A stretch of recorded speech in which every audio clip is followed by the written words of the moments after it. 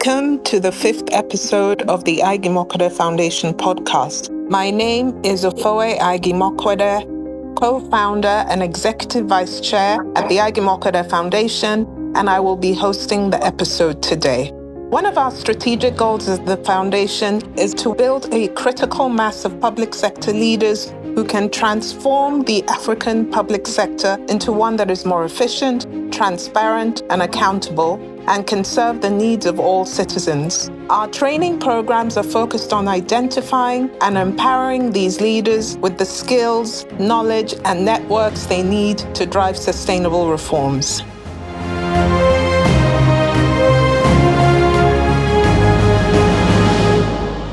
Today, I will be speaking with alumni of two of our initiatives, the AIG Scholarship Program and the AIG Public Leaders Program, both of which are run in partnership with the University of Oxford's Blavatnik School of Government.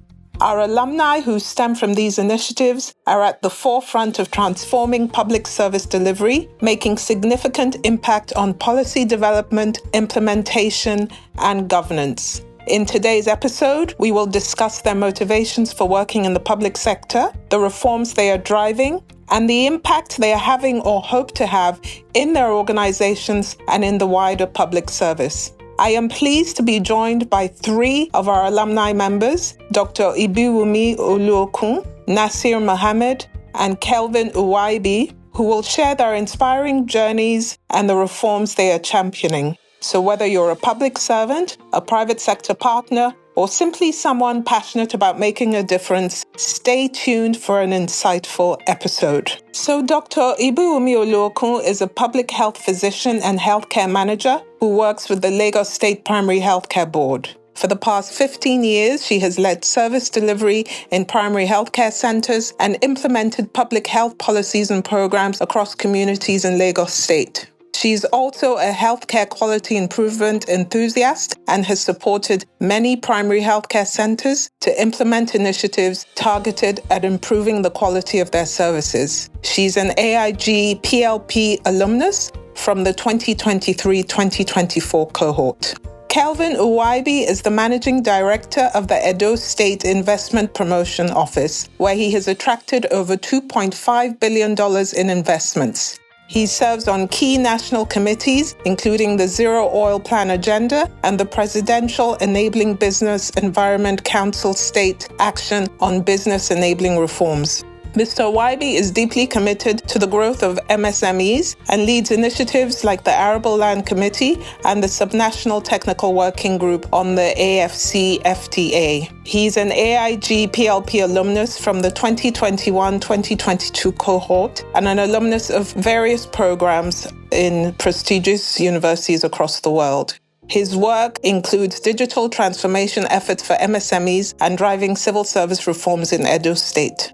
Nasir Mohammed is a 2019 AIG scholar who serves as the Chief of Staff at the Presidential Initiative for Unlocking the Healthcare Value Chain within the Ministry of Health and Social Welfare. His role is pivotal in driving reforms and enhancing Nigeria's healthcare and pharmaceutical manufacturing sectors with a focus on making them more effective, equitable, and accessible to all citizens. Nasir plays a key role in supporting the National Coordinator by executing strategic initiatives, coordinating efforts across the healthcare value chain, overseeing deal-making processes, and fostering collaboration throughout the industry. His work is instrumental in transforming the healthcare landscape in Nigeria. Welcome, everyone. So, Nasir, we're going to start with you. What made you decide to pursue a career in the public sector? Given the challenges associated with the sector, it's not really the first choice for talented and ambitious young people like yourself. What led you to embrace this path? Thank you so much for the warm welcome and for being part of this podcast. To answer your question, my transition from the private sector to public service was really driven by a simple but powerful belief. When public policy meets private sector innovation, real change happens. So in my years working within the private sector, I was very fortunate to collaborate on several projects that had a significant impact on economic development and industrialization. So, for example, there are some projects that I was involved in that looked at developing country assistance strategies for industrializations for some African countries. But throughout these initiatives that I've worked on, I always encountered a reoccurring theme: the limitations that businesses faced due to gaps in public policy. So I realized that while private sector could drive innovation and efficiency, its full potential could only be unlocked when supported by a conducive government policies. This understanding became even clearer when I observed how certain policy shifts, such as tax incentives or infrastructure investment, could catalyze entire industries. But then, rather being on the receiving end of these policies from private sector, I wanted to be in the position where I could shape them, ensuring that they were designed with both economic and social impact in mind. So, in the public sector, I saw an opportunity to build frameworks that support private sector growth while addressing larger societal challenges. I saw it as a chance to leverage my private sector experience in a way that could create broader, more inclusive economic opportunities. And to me, the public sector represents a vast, often untapped reservoir of potential, one where the impact isn't just measured by profits, but by the well-being of millions. So this realization led me to embrace public service as a platform where I could make the difference on a much larger scale, contributing to the kind of systemic changes that can uplift entire nations. Amazing. That's really inspiring. And I believe that this passion and this drive to make a difference is something that all of our guests today share. Kelvin, can you briefly tell us about your experience attending the AIG Public Leaders Program, or PLP, as we call it, and what learnings you gained from the program? Okay, thank you very much. I just want to say first, I want to thank the AIG team for the privilege to be part of the AIG Public Leaders Program. It was really an eye-opener being part of the program. The first, I saw it more as a community of practice. Because working in the public sector, sometimes you could really feel alone when you're trying to drive reforms. But being part of the AIG program, I saw like-minded colleagues that really wanted to see genuine transformation in the public sector. And that was really, really very refreshing for someone like me. And again, it showed that most of the challenges we face in Nigeria, in particular when it comes to the public sector, could also be seen in other climes, because I do remember that we had to look at governing in terms of challenges and changes, which is very frequent in terms of the public sector, both at the subnational and the national level. The issues of integrity, we dealt with it a whole lot, and it showed that you needed to be highly principled if you were going to be able to deliver on your transformation goals, and just being able to share together from different sectors, different what we call ministries, departments, and agencies that were part of the program. It gave me particularly that feeling that, I'm not the one, going through these particular challenges alone, or my colleagues are also going through similar challenges. And most importantly, we're providing solutions to some of those challenges as we're going along the program. Even in making decisions, how we make decisions, how we needed to carry the stakeholders in such decisions along, making sure that we had this sort of using technology, which AIG is very good at the moment in terms of supporting the public sector in terms of use of technology. The program has made me to and strengthen my resolve to further, do more research on public sector transformation, which has also led me to other programs after the AIG. The AIG was the springboard and the foundation to, ensure me that I am going the right way, ensure that I am not, relenting in terms of transformation that can happen in the public sector, knowing fully well that the public sector is the engine room. You can call it the brain box of governance in any environment. Thank you. Thank you very, very much, Kelvin. And I'm so pleased that the AIG Public Leaders Program was a springboard for you to further build your capacity. So this question is for you, Dr. Obumi. As part of the AIG Public Leaders Program, participants are tasked with developing a reform project in their organizations. Please tell us about your project. What were the specific outcomes or improvements that have resulted from it? And how have these changes impacted your primary healthcare center and the end users it serves?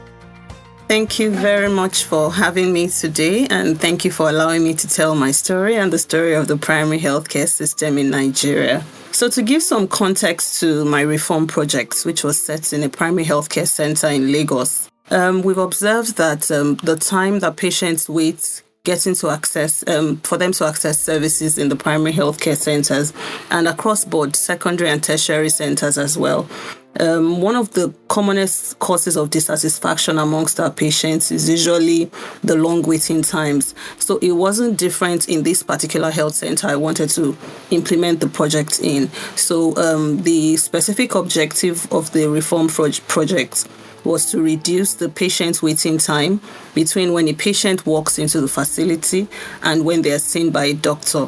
We wanted to reduce the waiting time by at least 50% from baseline values within 6 months of implementing a change package within that pilot PHC in Lagos State. So I started with a baseline survey. I worked with my team on this project. So we had a baseline survey which revealed that an average patient spends 82 minutes in our PHC before they get seen by a doctor. So we were able to draw up a process map. We followed our patients through the facility and we saw all the steps that they go through. So we started to eliminate the inefficient steps.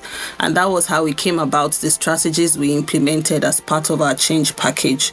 Specifically, we redesigned the clinic flow for better patient flow. We found that the clinic was kind of cluttered and disorganized. We located staff that were rendering similar services close to each other. We streamlined documentation in the medical records unit because there was a lot of duplication going on there. We added an additional station for taking patient vital signs, their blood pressure, their temperature, and things like that. And then we added an additional doctor to the day shift. So we usually have one doctor attending to patients between 8 a.m. and 4 p.m. So we had to add an additional doctor. So we had 2 consulting per time. So the specific outcomes that came out of this project were that within 2 weeks of implementing this change package, we were able to reduce the time that patients spend before getting to see a patient to see a doctor to 31 minutes. That even surpassed the target that we had set for ourselves for the 6-month period. So it got us really excited and we were able to sustain this over time. Because of the success that we had recorded in that area of the PHC, other units in the PHCs were also able to adopt this change concept or methodology. And we found the pharmacy doing a similar project. We did the same thing in the immunization clinic. We're presently working on something regarding infection prevention and control, specifically waste segregation in our PHC, all using this same methodology. In terms of the impact that it had the project has had on the PHC and its end users, I would like to start with the staff. The staff, are gradually imbibing a culture of improvement. Their mindset is changing. They see that they can do things better. The staff are working more efficiently and there's less burnout. What they were doing for so long before is taking them a shorter period of time to do because of the efficiency. For our end users who are our patients, they are more satisfied. They are able to use their time for more productive things. We hope that this satisfaction that they have now will help us to drive patronage into the primary healthcare centers, because we know this is the most, populous number of healthcare facilities we have in Nigeria. For the PHC on its own, we believe it's a step in improving the quality of the services that we provide.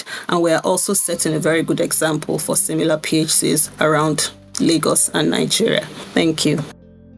That's amazing. It must be very gratifying to see how your work has made a real difference, not just to the patient experience, but also to your colleagues.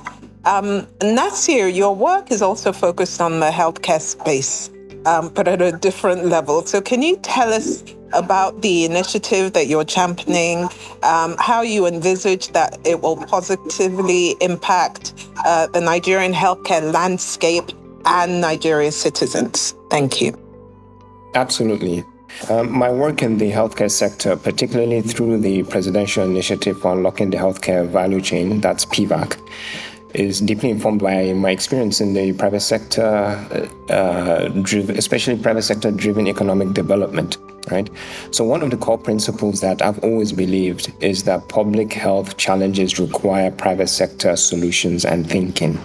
And this belief has been the driving force behind our initiative to transform Nigeria's healthcare sector by fostering strong public-private partnerships, right? We're applying these same principles to the healthcare sector. So the recent presidential executive order that was signed by Mr. President, which is a key part of our strategy, is designed to remove the financial barriers that have historically discouraged private sector investment in healthcare manufacturing. So by eliminating barriers such as tariffs, excise duties, and VAT on essential machinery for manufacturing, as well as raw materials, we are creating a more favorable environment for private sector companies to invest in local production. So what do we think the impact will be? The impact of this initiative is expected to be significant and multifaceted. When we empower the private sector to produce locally, we're not just making healthcare accessible, we're building a healthier, wealthier, and more self-reliant Nigeria. So this is particularly important to a country like ours here in Nigeria, where reliance on imported healthcare products can make us vulnerable to global supply chain disruptions. And a very good and salient example of that is what happened during the COVID-19 pandemic. So what we're hoping for is that by encouraging local manufacturing, we're not only reducing our dependency on imports, but we're also ensuring that healthcare products are more affordable and accessible to Nigerians. That's on one hand, in terms of healthcare outcomes. This initiative is not just about that, it's also about economic development. We're hoping that as local production ramps up, we expect to see job creation across the supply chain, from manufacturing all the way down to distribution. And this in turn will stimulate economic development and contribute to a more robust and resilient healthcare system. Ultimately, what we're looking at is that the goal is to build a healthcare ecosystem that serves the needs of our citizens while also driving economic progress. So transforming our healthcare from not just a sector that is a burden on our economic budget, but one that also presents opportunities for us to become a much more wealthier nation. That's amazing, very ambitious. And I know that there are a lot of levers that need to be pulled to actually actualize these ambitions. So I wish you the very best of luck. I love to hear about the important work our alumni are doing. It's really through public servants like you, like all of you, that we will be able to achieve the change that our citizens really deserve. So Kelvin, let me turn to you now. Can you tell us about the reform project you initiated in Edo State and what impact it has had on the quality of service delivery to the people of the state? Please share specific examples of positive outcomes. Okay, thank you for that. It's really interesting to know that after the program, we've been able to use what was learned on the program on the field. A lot of things have happened. From presently as I speak, I am now a certified public sector product manager, We don't have a lot of, most of what we were doing at AIG also was creating products for the public sector. What I did as my own initiative then was to do the Edo State Investors Relations and Inquiry Management Portal. But that portal has actually metamorphosed, and this is about discussing with stakeholders and what they want. At the time I was doing this project, it was my passion to say, I needed to see how we were going to provide better services for investors, which we have actually done in Edo State, and you can see that through the figures that we have been able to attract into the state. But more importantly, it's when we started. Before now, we're not engaging stakeholders. What I mean, the businesses, we're not really engaging them the way we should. But after that, we now I understood, and my team, and not me really now, my team, we understood the need now for real engagement with the businesses, and that have now created. In fact, we are now elevating what that portal is to something else. What we have now called the Edo Business Connect. What is happening now is that we're not just talking about investors now. We are creating the first business information portal in the country with a development partner. In fact, 2 development partners now are coming on board and working with. We have been able to create what we now call a data agency. So something I learned also, it's about the project. It's not about just about your agency, it's about also collaboration with other sister agencies. So what we have done with that is about bringing about 10 MDAs, the Ministry of Trade, Business and Cooperatives, Ministry of Agriculture, Ministry of Science and Tech, all of them coming together, even the skills development. Now we're creating one of the first portals now, elevating because of the AIG program. We're now creating a more modified that would encompass all the businesses. So we are having a business directory where, for example, last year we had a 2 billion we're giving out to MSMEs, for example. Now we want to be able to use data to be able to say, okay, this is about the part of business where so when they make those complaints, it's not about just them. That portal was supposed to make business inquiry and listen to their complaint very quickly. But now the portal is going to also be helping us through data gathering to resolve those issues. And that is one of the good outcomes that I would say that have come up from the AIG initiative. And when we did the theory of change then, it was more to attract investment. And all of that has also been happening. So it's been really great. And I just want to say here that I want to use the opportunity to request that other organizations and individuals of repute join the AIG in this pursuit of transforming the public sector, because for Nigeria, if we can roll out most of these our products for the public, because the public sector really doesn't have a lot of products, and the mindset is changing now, where we are making those of us in the public sector understand that we're actually here to serve the people. We are not here for people to serve us.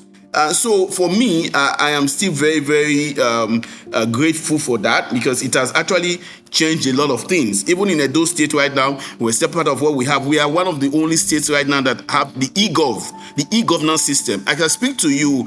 I don't need to use files right now to sort of send my memos out anymore.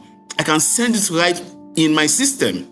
And we are having a lot of partners coming in. And what we have done with that also was to be able to create what we call the Oyegun Academic Center. I'm just saying how all of these have transformed. So just having what AIG is doing has a way it now starts to get into the system. And you can call it like a chain reaction.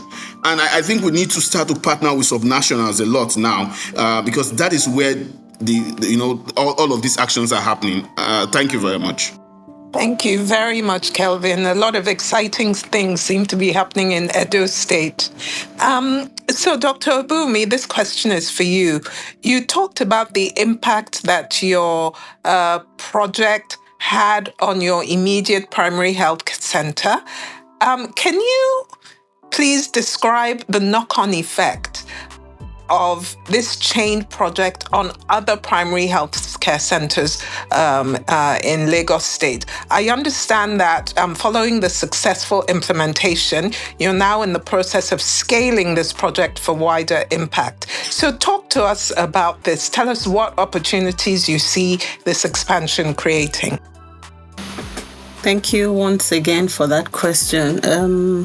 It's really exciting to see quick wins. When we got those results from the pilot PHC, I was really excited about them, and we were able to sustain it over a period of about 3 months. So I thought, okay, this can work for other people. So what we did was to put up an executive summary to the permanent secretary of the Lagos Health District 1. Just for context, Lagos State is divided into 6 health districts for managing the primary healthcare centers. So this pilot PHC is located in Lagos Health District 1. So I forwarded some recommendations to the permanent secretary for her consideration for implementation in similar PHCs that have the same resources, the same, very similar PHCs to where the pilot was done.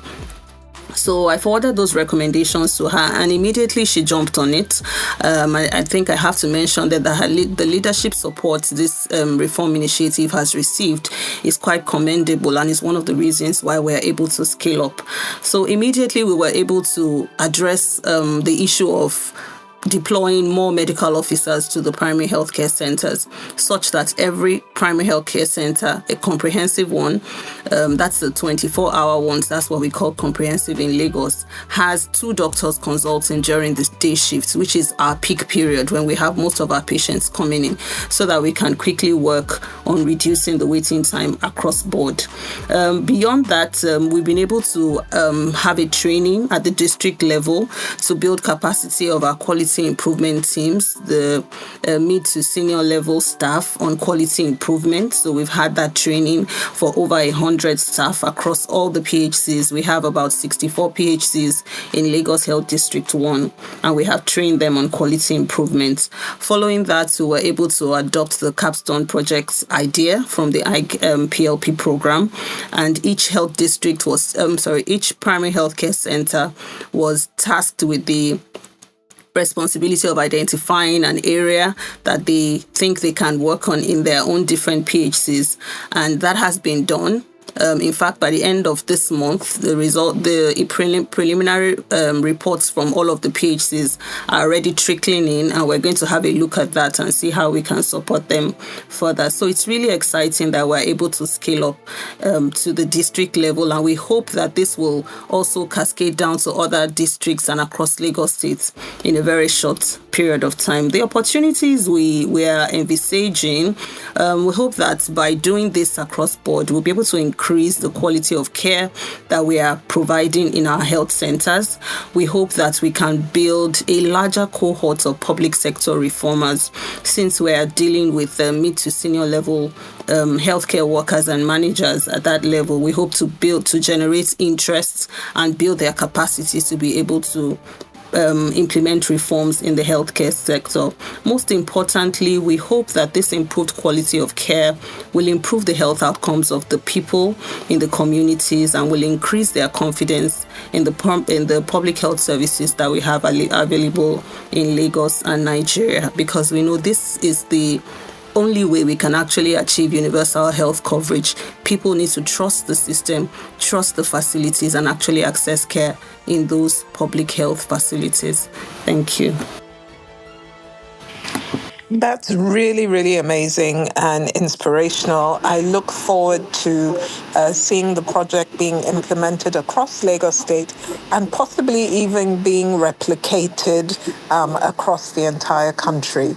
So this has been an incredibly inspiring and hope-filled conversation, but I know that it probably has not been as easy to implement these reforms or drive change. So I'd like to ask all 3 of you to share some of the challenges you faced working on these reform initiatives, and what sorts of strategies would you recommend to other public servants who are also trying to drive change in their organizations? Nasir, I'll start with you.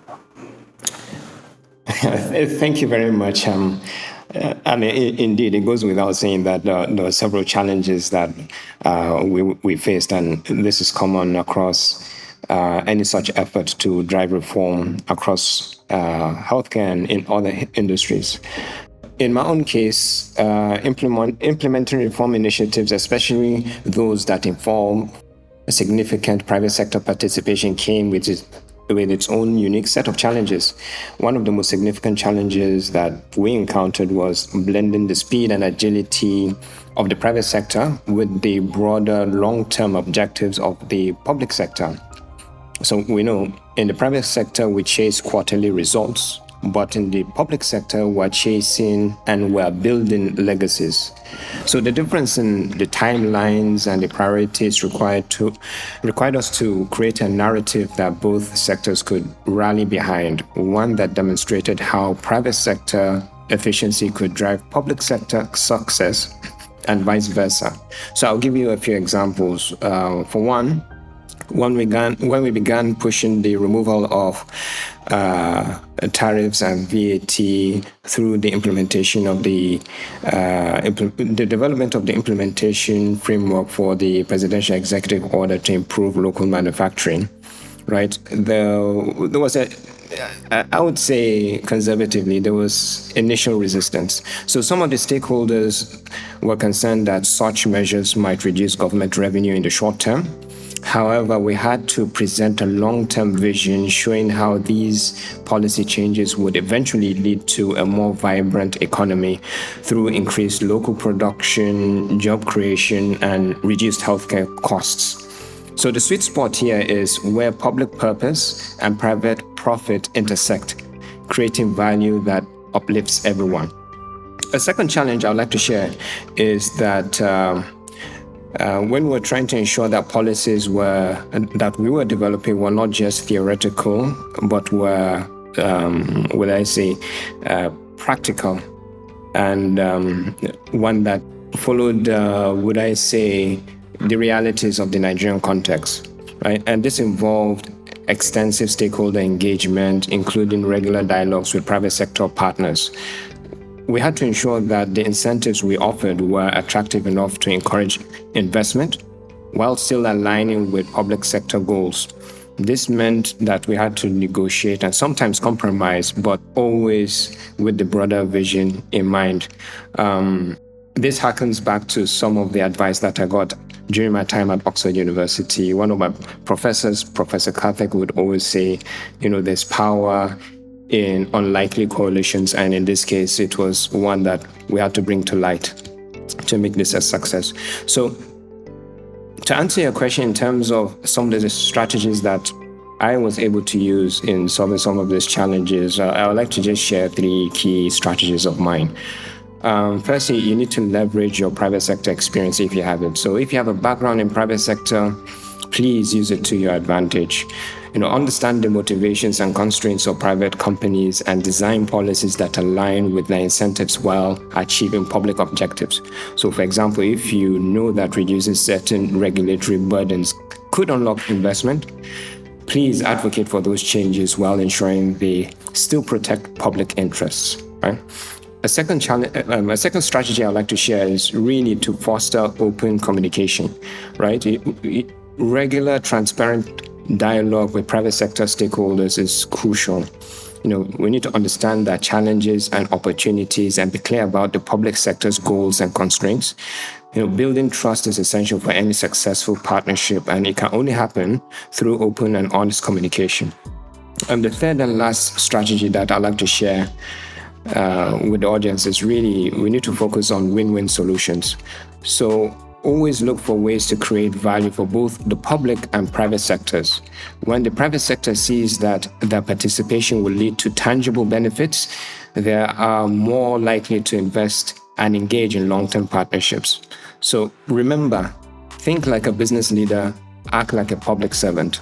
By combining the strategic thinking of private sector with the mission-driven focus of public service, we can create reforms that not only are ambitious but also achieve greater economic impact for our society. So in the end, the challenges we face in driving reforms are opportunities in disguise, right? Opportunities to build stronger, more resilient systems that can benefit everyone involved.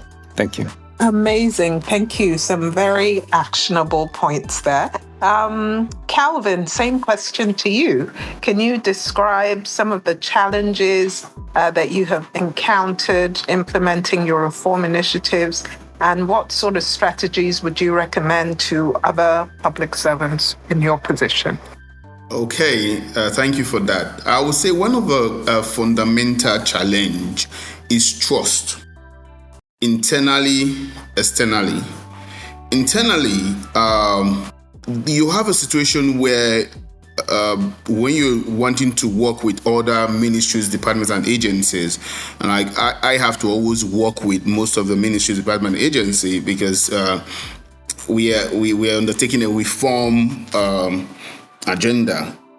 What I understood is most times they don't trust. They believe that you hear things like, "You are trying to take my job." You hear phrases like,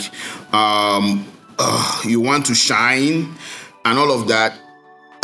So when you have such thinking, my solution to that first, because this is quite important, is to let go. Let go in the sense that let your colleagues see that you are not doing this for yourself or your MDA.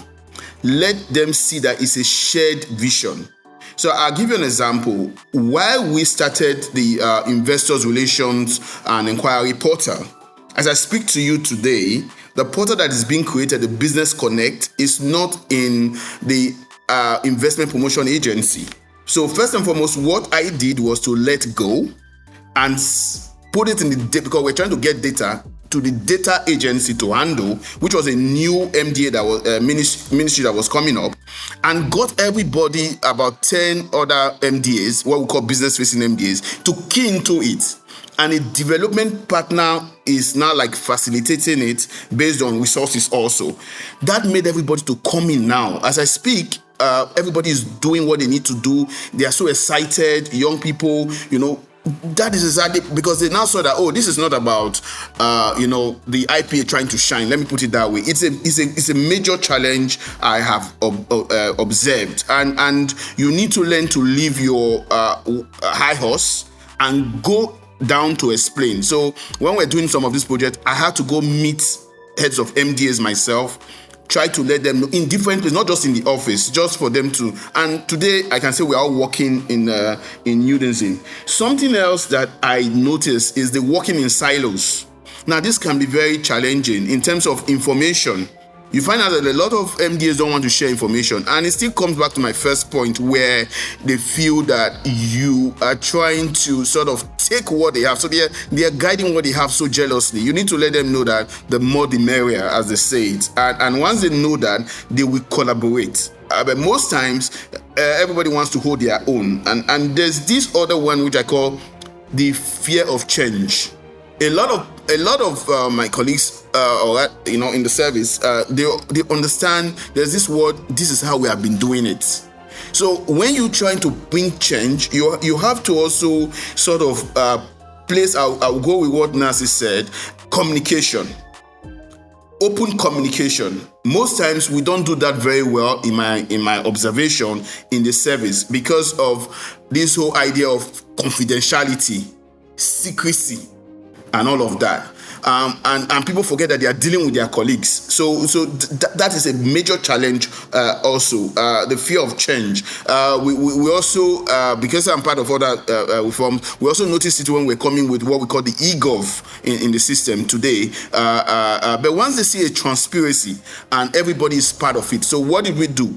We're going from ministry, department, every day, speaking with them, placed an open contact point where they could submit their challenges also, or what they thought would be good. They should be part of the process. Some of the things that we do is that we create certain things and we just put it down there, so that they accept it. I know that doesn't really work. There must be, you hear words like, "You didn't carry me along."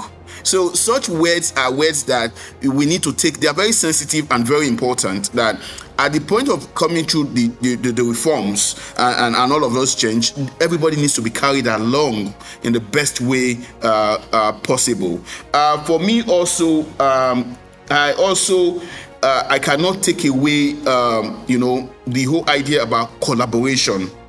And collaboration is not just about internal, collaboration externally. In fact, there are a lot of most of how we have been able to achieve our reforms is through collaboration. So if you ask me about solutions, I will say collaboration, collaboration, collaboration. Thank you. Thank you very, very much. A lot of good lessons there from your experience. And finally, Dr. Ibumi, can you please share some of your challenges and strategies that you would recommend to other public servants or doctors in your position? Yes, thank you very much. So not to overflog the issues, a lot of the challenges are quite similar, and I won't go into all of those ones that have been mentioned by other speakers, but I would like to still mention the issue of resistance to change and fear of change. People are used to doing things one way, and then you introduce another. Some will follow you, some will not. So I think it's something to look out for. I experienced it, but I wasn't worried because I knew that if we were able to get good results, we'll eventually get those people on board, which was what happened. Another peculiar challenge that I had was that I had significant delays in implementing areas of my change package that I didn't have authority over. For instance, I really wanted to automate the out-of-pocket payment system within the PHC, but that wasn't something I had authority over. I had to write to the finance department to do that for me, and it took several months. And because I just couldn't, they didn't know why I needed to change things, and it wasn't something I could do on my own. So that was really challenging for me. Some of the strategies I would recommend are for people in low resource settings, like a primary healthcare center where I work. And then I would like to say that it's usually good to start small. Don't take on too much at once. It's also good to pick challenges that have quick wins, things that can give you results in a very short time. Try to start with low budget projects as well. Don't start with a project that will run into millions that you will not get the funding for. So if you see from our initiative where we spent very little amount of money, we just looked inwards and moved things around. Another very important thing for me is that a public leader needs to learn how to create a desire for change across the organization. We learned about telling stories during the Aig-PLP program, and it really, really helps me. I'm able to create a story, put them in the shoes of those patients, and create empathy, so to speak. And then you find that people say, "Oh, what if it was my sister? What if it was my mother?" And then you are able to get them to see what you're trying to achieve, because it affects all of us in the end. Where possible, it also makes sense to pick an area where you have influence and authority to implement change. Like I mentioned, I was able to do a lot because I lead the health facility over the people that were working over the staff in the PHC. Finally, one thing that is so important is to seek leadership support. I mentioned earlier, don't take the shine. Don't be the one in front of the project. Let your organization own the project, which is what is happening with us now. It's now beyond a capstone project. It's become something that an entire health district has taken ownership of. So be quick to let go of your ambitions or projects and let the organization take control and ownership of it. Those are my few advice to other public servants like myself. Thank you. Amazing. Thank you very, very much, Dr. Ibumi. So as we conclude this episode, I just want to make a few points. We have heard stories of innovation, the transformative power that reforms can have on the public sector, and also the personal journeys of our alumni members, the challenges they've overcome, their strategies for success, and the impact their initiatives are having or can have on the citizens. But something that is very clear is that change can be demanding. It's very hard, but it is also within reach. Their stories remind us that progress in the public sector transformation is a journey that requires persistence, vision, and collaboration. There was a lot of consistency in the strategies that all three guests adopted to overcoming the resistance and the challenges that they faced. Collaboration was key. Letting go and letting other people shine was another. And I want to encourage all public servants who are listening to this and who are facing difficulty driving change in their organizations to draw inspiration from these experiences, to actively seek opportunities, to engage, to communicate, to collaborate, because as you have heard, it is possible.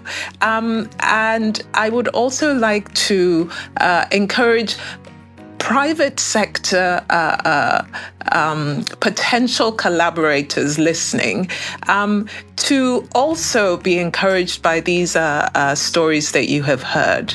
It is clear that we do have public servants who are effective, who are driving change in their various organizations, and they need support, they need collaboration. You heard from Nasir that a key element of achieving success with his initiative is private sector collaboration. And so it is important for the private sector to be open to collaborating, to hearing from public servants like these who are excellent and who are working to achieve a better future for our citizens. So a heartfelt thank you once again to our guests for your valuable insights, and to our listeners for tuning in. Your support fuels our commitment to exploring the key issues shaping public sector governance in Africa. Stay tuned for future episodes as we continue to delve into impactful stories and critical discussions. Until next time, keep striving for excellence and making a difference in your community, whatever that might be. Don't forget to subscribe, share, and follow us on our social media platforms and leave your feedback. We look forward to bringing you more inspiring stories and conversations. Thank you very much.